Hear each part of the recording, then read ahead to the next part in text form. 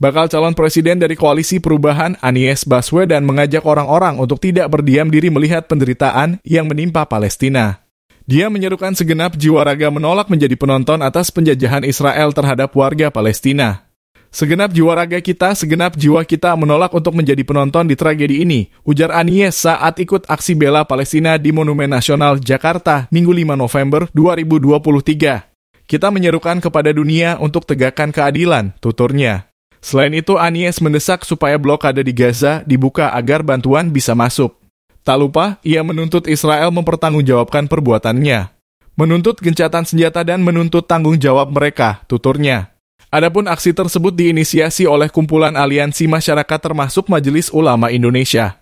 Sebelumnya, Ketua MUI Bidang Dakwah dan Ukhuwah MUI, Khalil Nafis, mengatakan massa yang hadir di Monas hari ini ingin membulatkan suara untuk menolak keganasan Israel. Kami ingin membulatkan suara rakyat Indonesia yang menolak terhadap keganasan Israel, tuturnya. Sehingga besok yang hadir itu adalah semua tingkat agama, masyarakat yang jiwanya terpanggil dan tidak setuju dengan keganasan Israel, tuturnya. Khalil menyatakan aksi ini digelar dengan tujuan untuk mengupayakan gencatan senjata. Harapannya supaya tak ada lagi warga Palestina yang jadi korban. Kami menuntut serangan Israel dihentikan, gencatan senjata sehingga tidak banyak lagi korban, karena yang menjadi korban adalah anak-anak, ibu-ibu, serta orang tua, katanya. Itu kan rakyat sipil yang menjadi korban, itu yang kami tuntut, ujar Khalil.